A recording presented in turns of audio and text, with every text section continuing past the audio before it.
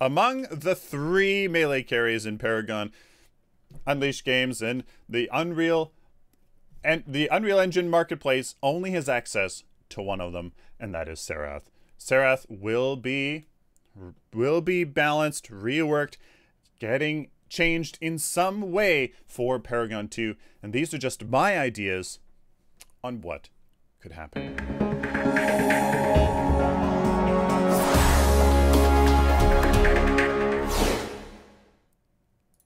Well, hello ladies and gentlemen, welcome to a Hero Rework video. I am Sylphin, and we're talking about Serath. A few things right off the bat. One, my ideas, these are just my ideas as we discussed with, you know, with the community. So these are no way, shape, or form what's actually going to happen with Unleashed games and how these heroes are going to be changed.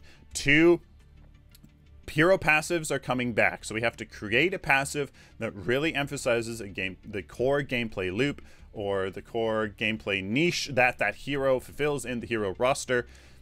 So we have to create that, which a bit of a daunting task. And 3, I am putting in a sort of quest talent into heroes kits, where if you do something that usually emphasizes the core gameplay style or loop within a hero, if you do that well over the course of a game, then it gets empowered more and more. So kind of a few disclaimers, keep those in mind. So right off the bat, we have to identify what Serath's niche is. What gameplay niche does she have, and that does she fulfill?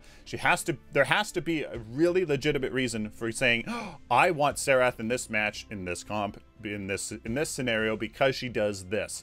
And between chat and I, we identified that she's a mobile, ambush, melee, hyper carry. So mobile, she can really move around. Ambush, she comes out of nowhere, or just boom, there she is, dealing damage. Melee, obviously she's a melee ranged hero. Hyper carry means she comes online in the very late game, dealing a ton, and I mean a ton of damage. A ton of damage. So that is the gameplay niche that we are going with. That is her role, and we have to emphasize that in our design. So her passive.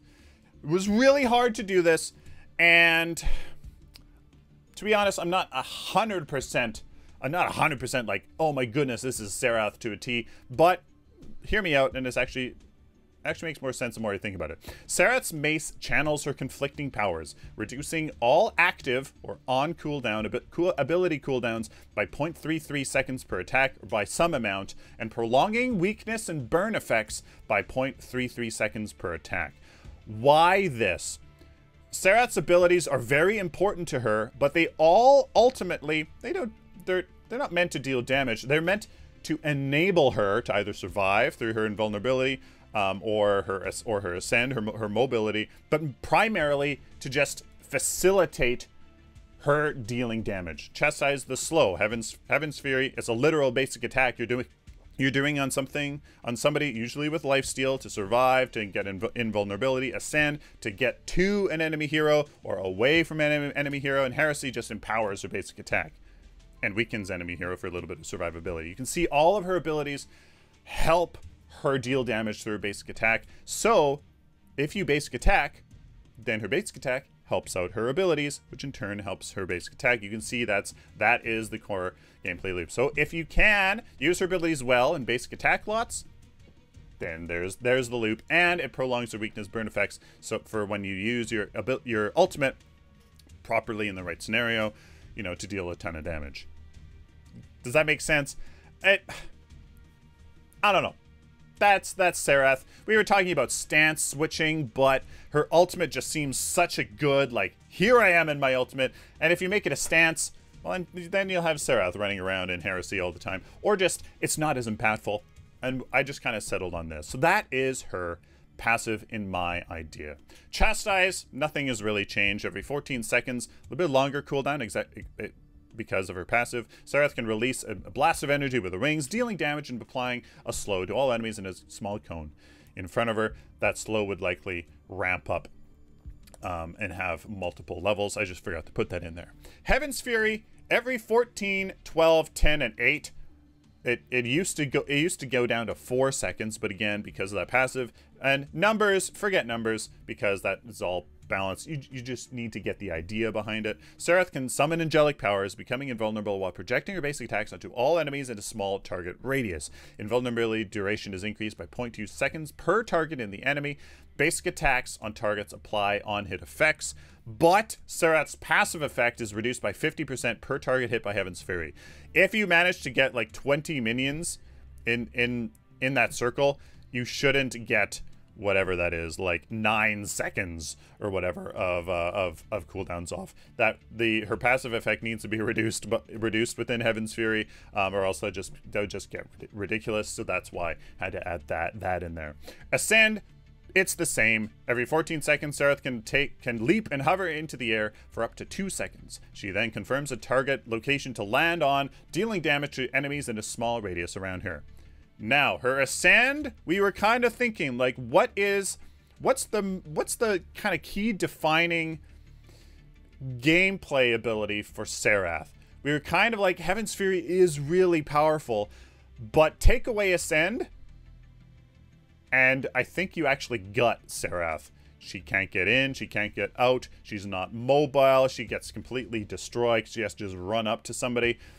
Ascend, it was it. So we added on the quest mechanic to this. After dealing damage to 15 enemy heroes, Serath gains 14, 16, 18, 20% attack speed for 2.5 seconds after landing with Ascend. I would actually change that to after dealing damage to 15 enemy heroes, Serath gains that attack speed for that long after dealing damage to enemy heroes with Ascend, so that you don't get it when you're escaping, so that you don't escape, turn around, and then start dealing additional damage. No, you want it when you're committing to an enemy target, so that you're rewarding her for performing her role as a damage dealer. So that's a little change I would make right now, but otherwise, that attack speed, again, it facilitates her dealing damage. And, you know, if you use her Ascend to engage, she is a damage dealer, well, then you get rewarded by some attack speed. Again, the numbers can all be balanced later on. I just want the idea. And her ultimate is the same. Increased cooldown because of her passive. Summons her demonic side, burning and weakening. Weakened enemies deal 10, 15, 20% less damage. Burning enemies take additional damage plus power scaling. Extra basic attack damage per basic attack. And her other abilities apply those effects, etc. So that is, her ultimate is basically the same. Serath was hard. I didn't really connect with Serath too much. I know a lot of people were really attached to her. The passive, it's a little bit odd when you first think about it, but then after you start thinking about it, you're like, oh yes.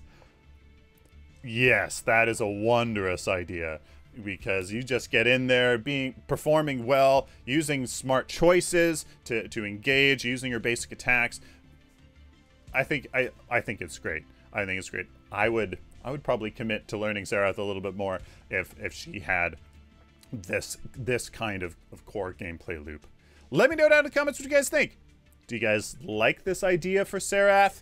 Is her passive just really not that? Does it really not serve her kind of core identity, her core gameplay loop? Does do you like the kind of pseudo quest mechanic on Ascend? And by the way, I would probably change these quest mechanics to just they build up. They just build up. So, you know, you get a bonus for every enemy hero. Not as soon as you hit 15, it would be a small gain all the way up to 15, if you know what I mean. Just to make it so that it's not boom, once you hit 15, you get this massive increase. Let me know down in the comments what you guys think, because I would really love to know. Please like the video if you like it, dislike it, share it with the community, and of course, guys, subscribe for more content. Till next time, like always, stay optimistic and positive.